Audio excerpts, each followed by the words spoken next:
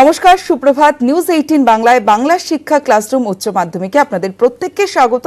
আজকে আমাদের বিষয় অ্যাকাউন্টেন্সি এবং যে বিষয় নিয়ে আমরা আজ আলোচনা করব তা হলো রিটায়ারমেন্ট অফ পার্টনার। ছাত্রছাত্রীরা তোমাদের যে কোনো প্রশ্নের জন্য সরাসরি ফোন করতে পারো।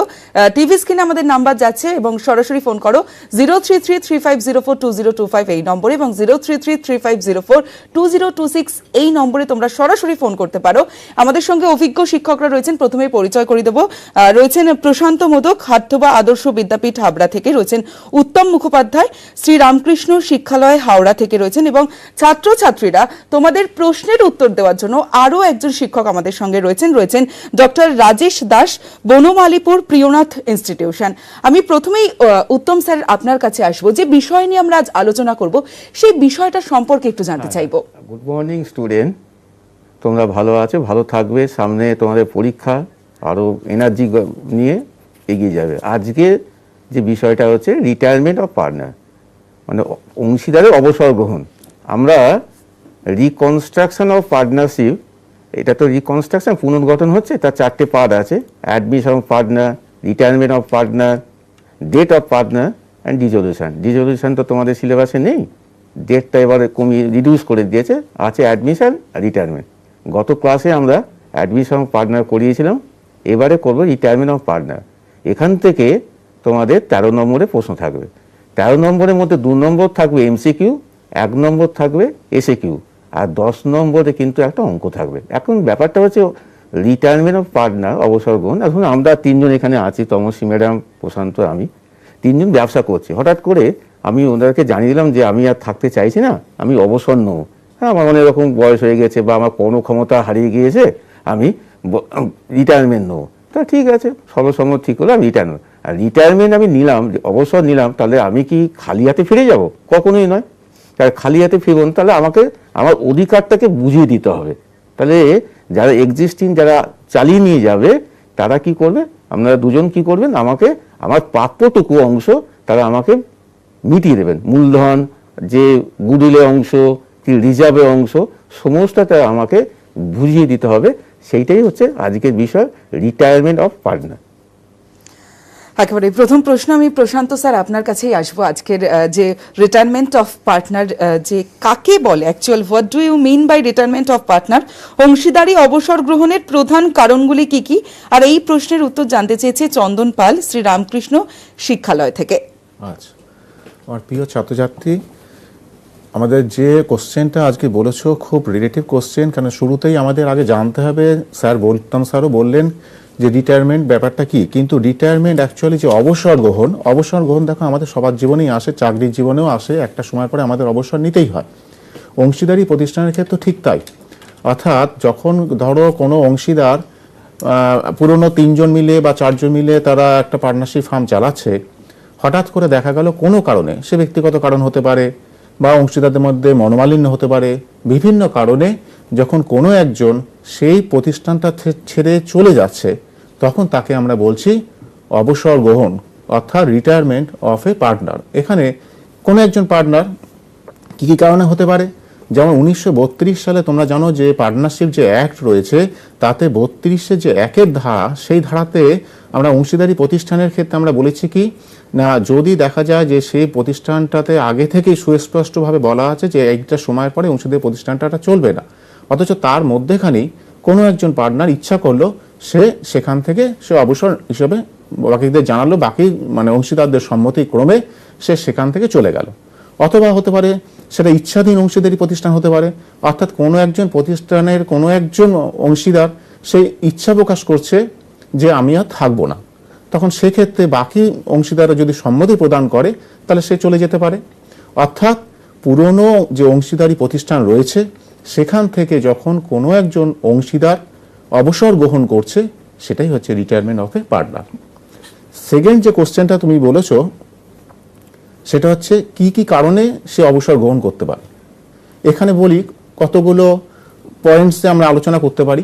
তার মধ্যে প্রথমেই একটা আমরা বলি, ধরো একটা নির্দিষ্ট সময় তাকে বলা আছে, নির্দিষ্ট সময়ের পরে তাকে অবসর নিতেই হবে, হতে পারে। অথবা আগে অংশীদারদের মধ্যে যেরকম সম্পর্ক ছিল, পরবর্তীকালে কোনো কারণে হয়তো তাদের মধ্যে মনোমালিন্য হলো, বিরোধ হলো, সে সেখান থেকে চলে যেতে পারে।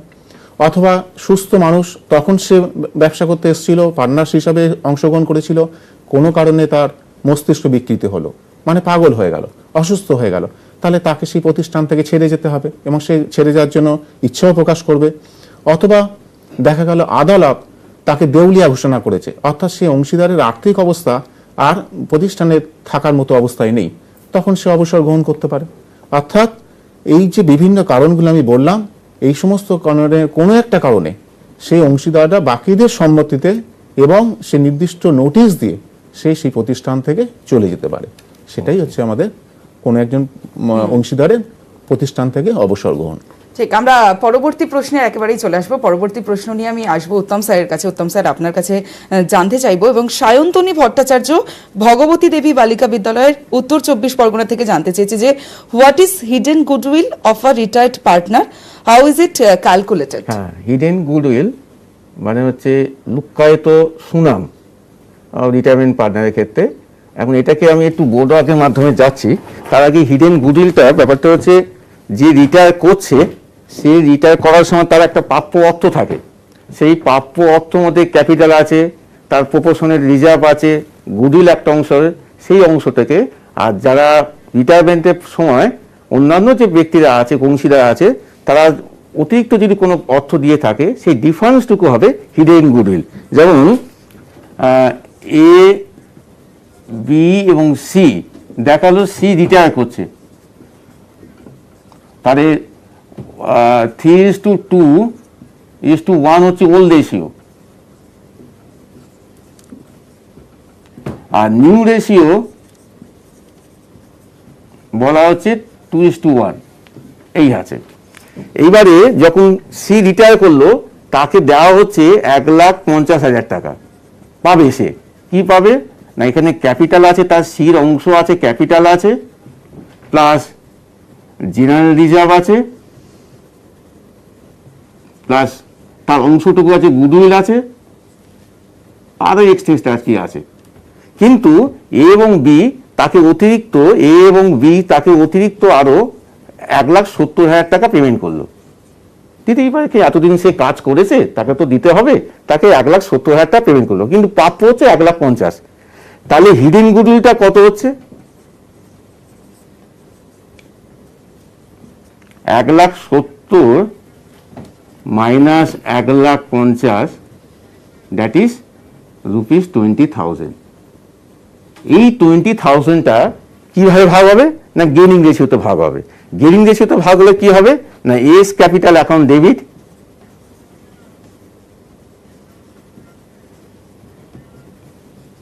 বিস capital account debit to C's capital account.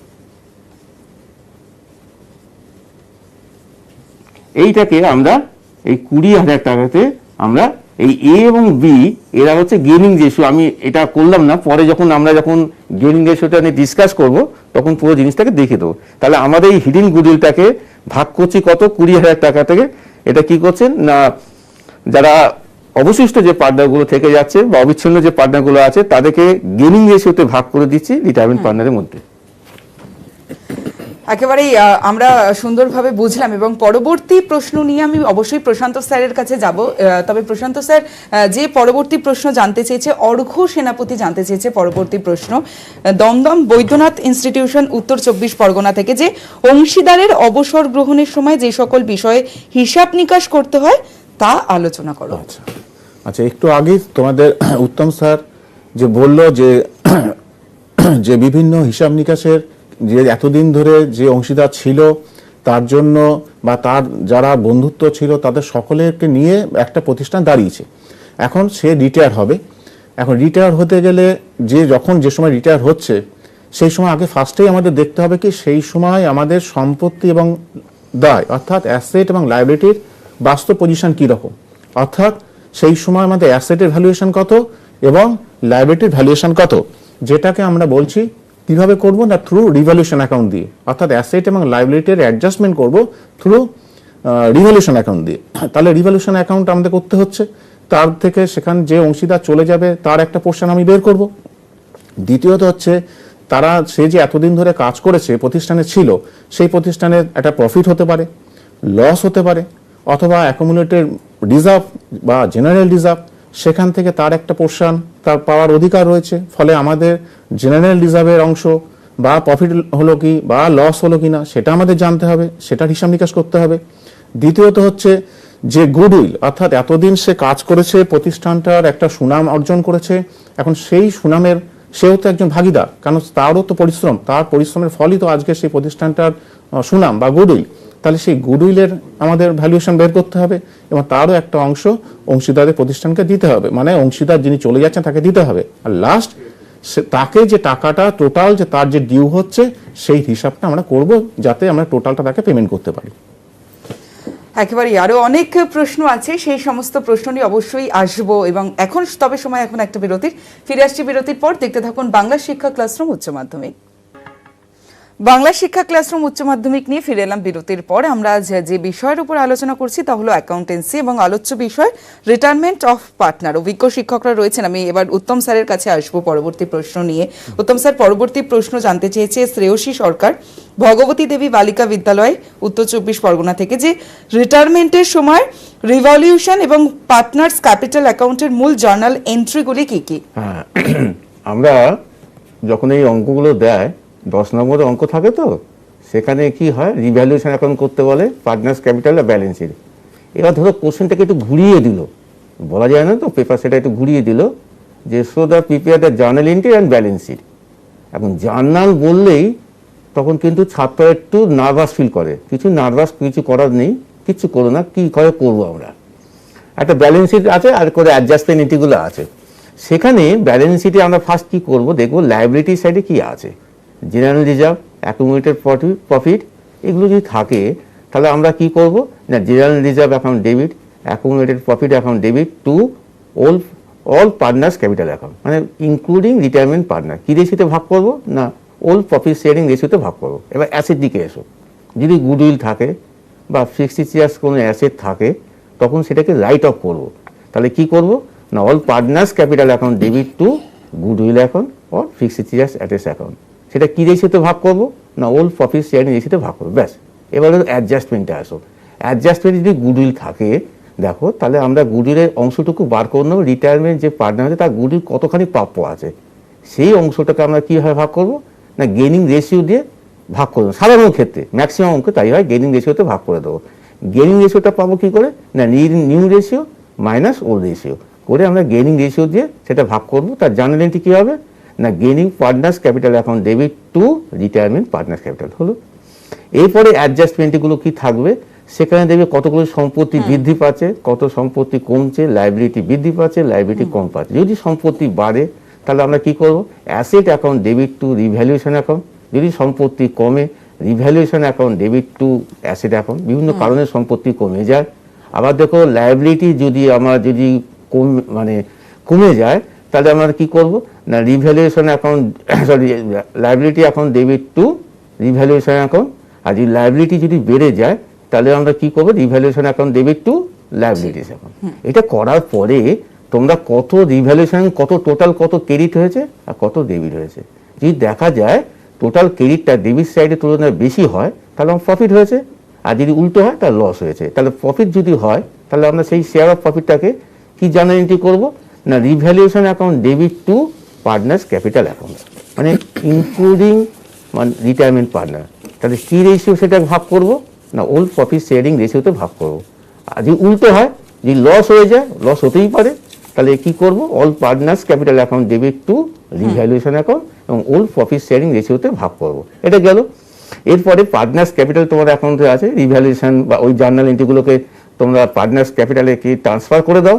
করার পরে একটা পেমেন্টে প্রশ্ন আসবে, রিটায়ারমেন্ট যে হয়েছে তাকে পেমেন্ট করতে হবে। তো সেই পেমেন্টে কি আছে, অপশন তোমাদের কি বলা আছে দেখো অ্যাডজাস্টমেন্টটিতে, আইদার ক্যাশ অর লোন বা কম্বাইন হতে পারে, ক্যাশ এবং লোনের মধ্যে কম্বাইন করতে পারে। তাহলে সেখানে কি হয় না, কি করবো, retirement partners capital account debit to cash অথবা retirement partners capital account debit to cash to retirement partners loan account.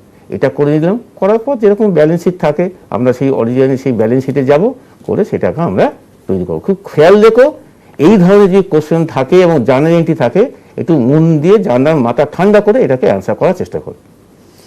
একেবারেই আমরা পরবর্তী প্রশ্নে আসবো। পরবর্তী প্রশ্ন নিয়ে আমি আসবো প্রশান্ত স্যারের কাছে, যে Noran Mahfuz Khalsa English high school Kolkata থেকে জানতে চেয়েছে, what is new profit sharing ratio, how is it calculated? আচ্ছা, এখানে ফার্স্টে যে নিউ প্রফিট রেশিও কাকে বলে, নিউ প্রফিট রেশিও কি, আগে যখন পার্টনাররা, ধরো আমি 3 জন পার্টনার রয়েছে XYZ, তারা 3 জন পার্টনার 3টে রেশিও বলা থাকবে, সেই অনুসারে তারা নিজেদের মধ্যে প্রফিট ভাগ করে নিচ্ছে। এখন যেহেতু একজন চলে যাচ্ছে, তাহলে যে প্রফিট বা লসটা আগে 3 জনের মধ্যে ভাগ হতো, এখন তাহলে 2 জনের মধ্যে ভাগ হবে, অর্থাৎ আগের তুলনায় তাদের প্রফিটের অংশ তারা বেশি পাবে। এই যে চলে গেল, চলে যাওয়ার পরে নতুন করে তাদের চুক্তি করে নতুন করে আবার যে রেশিওটা বের করতে হলো, সেটাকে আমরা বলছি নিউ প্রফিট শেয়ারিং রেশিও।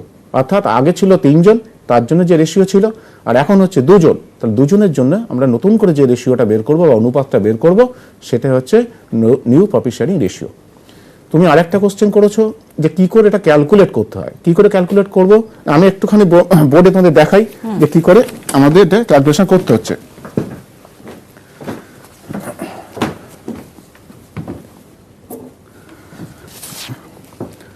ধরো এক্স, ওয়াই আর জেড 3 জন পার্টনার ছিল, তাদের রেশিও ছিল ধরো 5:4:1। এটা হচ্ছে তাদের ওল্ড রেশিও। কে রিটায়ার করছে না জেড রিটায়ার করছে। তাহলে দেখো জেড এর এখানে অংশ কত পাচ্ছি, 1/10। এই 1/10 আমরা এক্স আর ওয়াই এখানে জেড এর কাছ থেকে নিয়ে নিচ্ছে। কততে নিচ্ছে না, আমি ধরছি এক্স আগে ওল্ড রেশিও কত ছিল 5/10, আর ওয়াই এর ক্ষেত্রে ওল্ড রেশিও কত ছিল 4/10। এখন এক্স জেড এর অংশ থেকে এক্স নিচ্ছে আর ওয়াই নিচ্ছে। এক্স কত নিচ্ছে আমাদের, ধরো এখানে আমি বলে দিচ্ছি যে 2:1 অনুপাতে জেড এর অংশ এক্স মানে 2/3 এর অংশ নিচ্ছে, আর ও নিচ্ছে 1/3। তাহলে এই যে 1/10 ছিল, 1/10 2/3 অংশ, অর্থাৎ তাহলে কি হচ্ছে প্লাস 1/10, অর্থাৎ তাহলে 2/30 বা 2/30। আর এ কত পাচ্ছে, এ পাচ্ছে আগে কত ছিল দেখে নাও 1/10, অর্থাৎ এখানে কত হচ্ছে 1/30, এখানে 30। তাহলে আমরা এখানে কত হচ্ছে দেখো, এই যে ওল্ড রেশিও বা নিউ রেশিও, এখান থেকে আমরা কি করব, এক্স কতটা অ্যাকোয়ার করলো আর ওয়াই জেড এর কাছ থেকে কতটা অ্যাকোয়ার করলো। এবার এক্স এর পোর্শনটা এখানের সাথে আমি প্লাস করে দেবো, ওয়াই এর পোর্শনটা এখান থেকে প্লাস করে দেবো। প্লাস করে দিলে যে পোর্শনটা আমাদের লাস্টে দাঁড়াবে, তাহলে 5/10 প্লাস আমাদের হচ্ছে 2/30, যেটা আমাদের দেখিয়ে দিয়েছি। আর এখান থেকে ওয়াই এর ক্ষেত্রে কত হচ্ছে দেখো 4/10 ছিল প্লাস 1/30, তাহলে এখান থেকে আমাদের হচ্ছে 17/30, এখান থেকে কত হচ্ছে 13/30। তাহলে নিউ রেশিওটা আমাদের কত দাঁড়াচ্ছে চলে যাওয়ার পরে 17:13। এইটা হচ্ছে আমাদের নিউ প্রফিট শেয়ারিং রেশিও। একেবারেই আমরা আরো অনেক প্রশ্ন আছে, সেই সমস্ত প্রশ্ন নিয়ে অবশ্যই আলোচনা করব। এখন সময় একটা বিরতির, ফিরে আসছি বাংলা শিক্ষা ক্লাসরুম উচ্চ মাধ্যমিক নিয়ে বিরতির পর। আপনারা দেখছেন বাংলা শিক্ষা ক্লাসরুম উচ্চ মাধ্যমিক, এবং যে বিষয় নিয়ে আমরা আলোচনা করছি তা হলো অ্যাকাউন্টেন্সি, এবং আলোচ্য বিষয় রিটায়ারমেন্ট অফ পার্টনার। আমি পরবর্তী প্রশ্ন নিয়ে স্যারদের কাছে আসবো। প্রথমে উত্তম স্যারের কাছে পরবর্তী প্রশ্ন নিয়ে আসবো। তনয় হালদার, বেলগাছিয়া মনোহর একাডেমি কলকাতা থেকে জানতে চেয়েছে যে what gaining ratio, how is it calculated? খুব ভালো প্রশ্ন, এটা প্রায় পরীক্ষায় তোমাদের থাকে এসিকিউতে। গেইনিং রেশিও মানে লাভ অর্জন অনুপাত। মানে কি, কোনো একটা পার্টনার যখন রিটায়ার করে আর অবিচ্ছিন্ন পার্টনার তার অন্য করে একটা লাভ করে, gaining ratio is defined by new ratio minus old ratio. এটাই মনে রাখবে, এটা করলেই হয়। আমি একটা উদাহরণ দিচ্ছি, দেখো এক্স ওয়াই জেড 3 জন পার্টনার, তাদের ওল্ড রেশিও কত আছে 3:2:1। ওয়াই রিটায়ার করেছে, তাহলে নিউ রেশিও বলা আছে কত 3:2। তাহলে নিউ রেশিও কত হচ্ছে, এক্স কত হচ্ছে 3/5, জেড কত 2/5।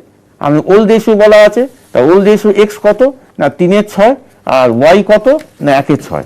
তাহলে নিউ থেকে ওল্ড রেশিও যদি আমি ডিফারেন্স করি মানে মাইনাসটা করি, তাহলে আমি কত পাচ্ছি না 3/5 মাইনাস 3/6, আর জেড এর ক্ষেত্রে কত হচ্ছে 2/5 মাইনাস 1/6। এইটা করলে আমরা কি পাচ্ছি না গেইনিং রেশিওটা পাচ্ছি 3:7, এইটা পাচ্ছি। তাহলে এই গেইনিং রেশিওটা জার্নালটা কি হবে না gaining partners capital account debit to retirement partner. তাহলে এখানে কি হচ্ছে, X capital account debit, Z capital account debit to Y capital account.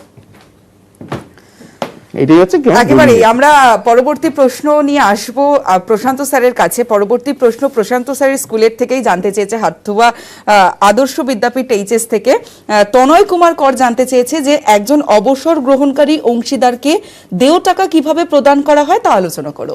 আচ্ছা, তাহলে আমরা এতক্ষণ পর্যন্ত দেখেছি যে অবসর যে নিচ্ছে সে চলে যাচ্ছে, এবার সে তো আর খালি হাতে যাবে না, তাকে কি করতে হবে, তার যে প্রাপ্য এতদিন ধরে সে যে পরিশ্রম করে যে একটা প্রতিষ্ঠানকে দাঁড় করালো সেখান থেকে তার কিছু ভাগ পাবে।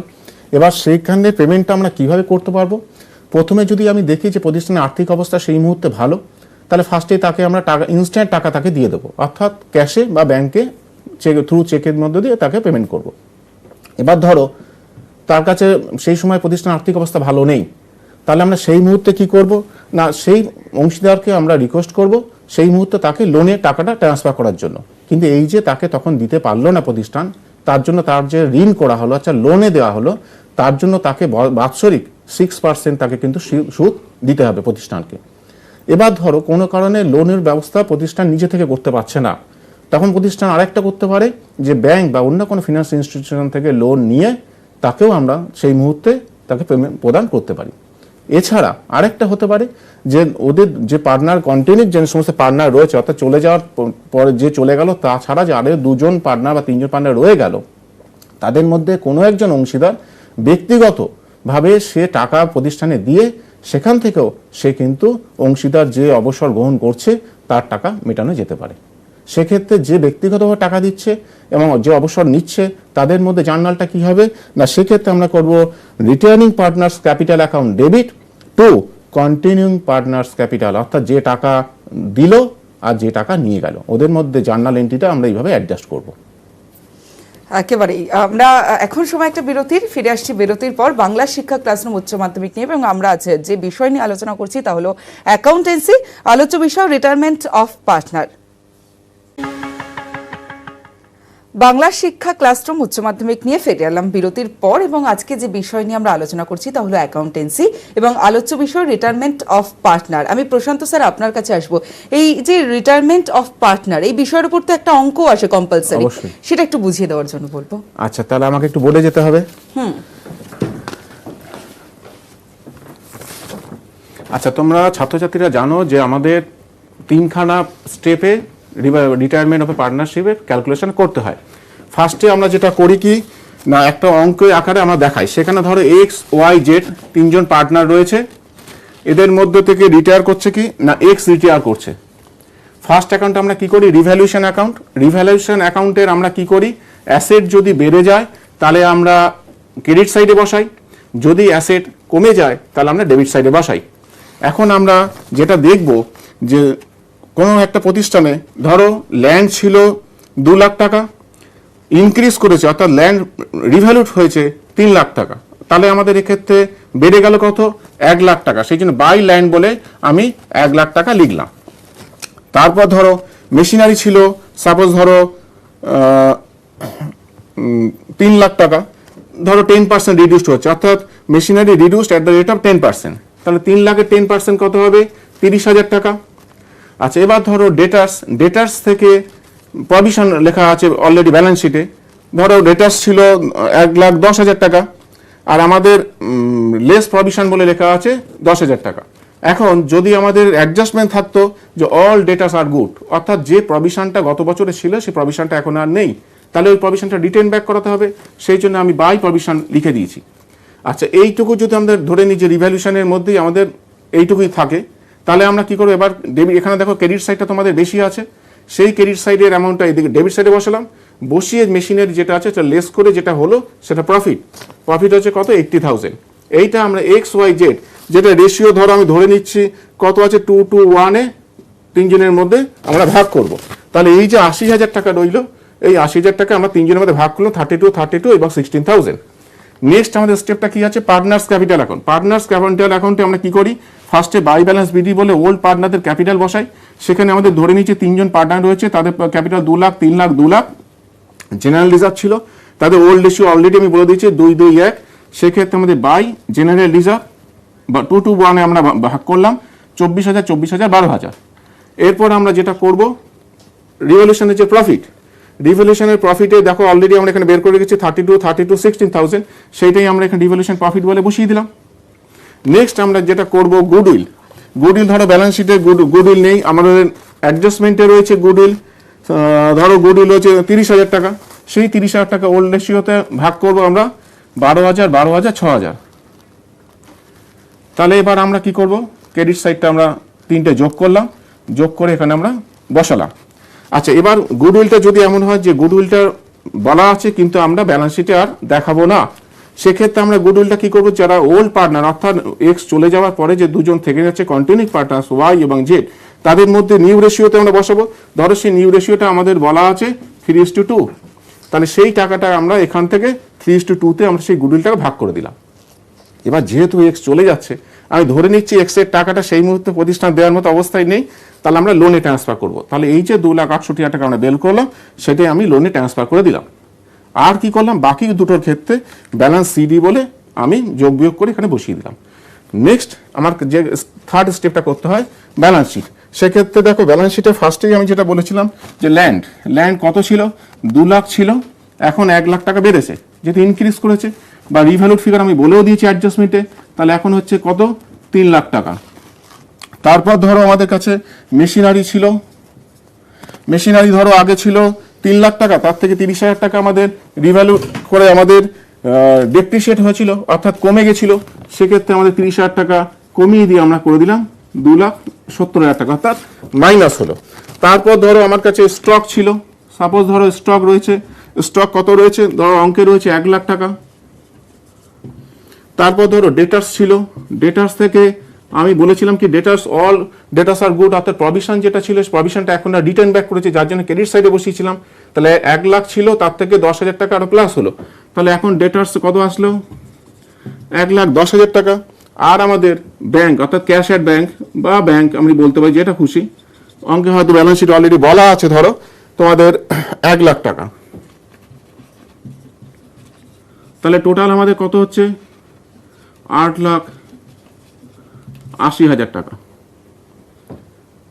আচ্ছা, তারপর এবার আমাদের কি করব, এবার ধরো লাইবিলিটি সাইডে আসো। লাইবিলিটি সাইডে ফার্স্টে ধরো যে দুজন পার্টনার রয়ে গেল অর্থাৎ কন্টিনিউইং পার্টনার্স, এদের মধ্যে ওয়াই পড়ে রয়েছে, জেড পড়ে রয়েছে। দেখো ওয়াই ক্ষেত্রে আমরা এখানে লিখে দিয়েছি 3,50,000, আর জেড এর ক্ষেত্রে রয়েছে কত, 2,22,000। তাহলে টোটালটা আমাদের এখানে করতে হবে 5,72,000 টাকা। আর দেখো এক্স এর যে লোন, সেই এক্স এর লোনটা আমরা এখানে বসিয়ে দেবো। লোনটা কত ছিল, দেখো 2,68,000 টাকা আমি পার্টনার্স ক্যাপিটাল অ্যাকাউন্টে পেয়ে গেছি। আচ্ছা, আর ধরো ব্যালেন্স শিটে ক্রেডিটার্স ছিল, ক্রেডিটার্স কত ছিল, ধরো ক্রেডিটার্স 40,000 টাকা ছিল, তাহলে টোটাল কত আসলো, 8,80,000 টাকা। তাহলে দেখো দুদিকে ব্যালেন্স শিট টোটাল হচ্ছে 8,80,000 টাকা। এই হচ্ছে আমাদের 3টে স্টেপে একটা রিটায়ারমেন্টের অঙ্ক করতে হবে। তাহলে ফার্স্টে রিভ্যালুয়েশন, অ্যাসেটের ইনক্রিজ ডিক্রিজটা আমরা দেখাবো, পার্টনার্স ক্যাপিটাল যেখানে যে পার্টনার রিটায়ার হচ্ছে তার টাকাটা কত পাবে সেটা কি করে ক্যালকুলেট করব দেখালাম। লাস্ট স্টেপ হচ্ছে ব্যালেন্স শিট, যদি অ্যাসেট বেড়ে যায় প্লাস করব, যদি অ্যাসেট কমে যায় মাইনাস করব, আর লাস্ট যে ক্যাপিটাল অ্যাকাউন্ট রয়েছে এই ব্যালেন্স যারা কন্টিনিউইং পার্টনার্স তারটা বসাবো, যে রিটায়ার করছে সে যদি টাকা পায় তাহলে লেস করতে হবে, এখানে যেহেতু লোনে ট্রান্সফার করেছে তাই লোনটা বসিয়েছি, আর ক্রেডিটার্স অলরেডি ব্যালেন্স শিটে দেখানো আছে, কোনো অ্যাডজাস্টমেন্ট নেই, সেক্ষেত্রে ক্রেডিটার্সটা বসিয়ে দিয়েছি, করে দু সাইডে আমি প্লাস করলাম, দেখো দু সাইডে সেম এসছে, তার মানে আমাদের অঙ্কটা ঠিক আছে। একদম। আমরা একজন ছাত্র আমাদেরকে ফোন করেছিল, ছাত্রের নাম অয়ন পাল, কৃষ্ণপুর আদর্শ বিদ্যামন্দির উচ্চ মাধ্যমিক উত্তর 24 পরগনা থেকে ফোন করেছিল, এবং তার প্রশ্ন ছিল what causes a partner two retire. Sir এই প্রশ্নের উত্তরটা একটু জানতে চাইবো।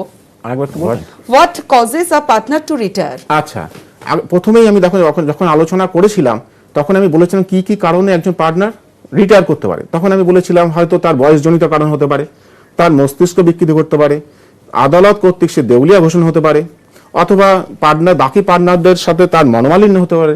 এই যে কোনো একটা কারণেই সে অংশীদারি প্রতিষ্ঠান থেকে ছেড়ে চলে যেতে পারে। এই কারণেই সাথে রিটায়ার হতে পারে। আচ্ছা, একটা অংশ একটু বলি, সামান্য টাইম দিচ্ছি। বলছি তোমাদের সময় অঙ্কটা করার সময় অনেক সময় মনে রেখো কিছু মানে ঘুরিয়ে দেয়।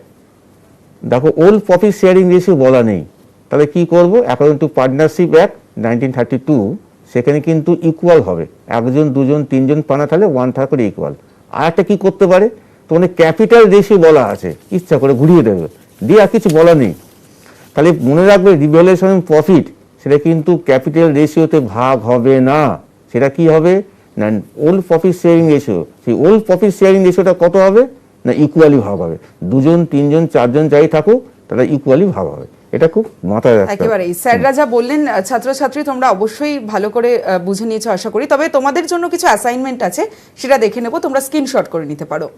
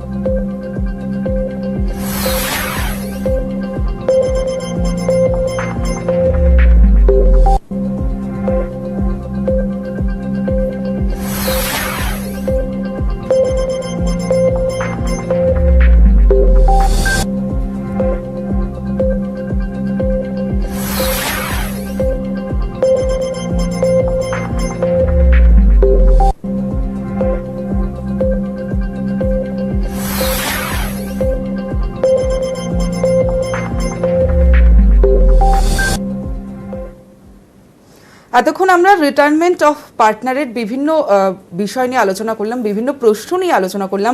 অসংখ্য ধন্যবাদ স্যার, আপনারা এত সুন্দরভাবে বোঝালেন। প্রশান্ত স্যার আপনাকেও ধন্যবাদ, উত্তম স্যার আপনাকেও ধন্যবাদ, এবং আমাদের সঙ্গে আরও একজন যে শিক্ষক ছিলেন তাকেও ধন্যবাদ। আমাদের সঙ্গে আরও একজন শিক্ষক ছিলেন রাজেশ স্যার, আপনাকে অসংখ্য ধন্যবাদ। এবং আগামীকাল বাংলা শিক্ষা ক্লাসরুম উচ্চ মাধ্যমিকে কি বিষয় রয়েছে দেখে নেব। আগামীকাল আমাদের বিষয় থাকছে ভূগোল, এবং যে আলোচ্য বিষয় নিয়ে আমরা আলোচনা করব তা হলো মৃত্তিকা। তাই যাদের ভূগোল সাবজেক্ট রয়েছে তারা অবশ্যই দেখবে আগামীকাল সকাল 7টায় বাংলা শিক্ষা ক্লাসরুম উচ্চ মাধ্যমিক।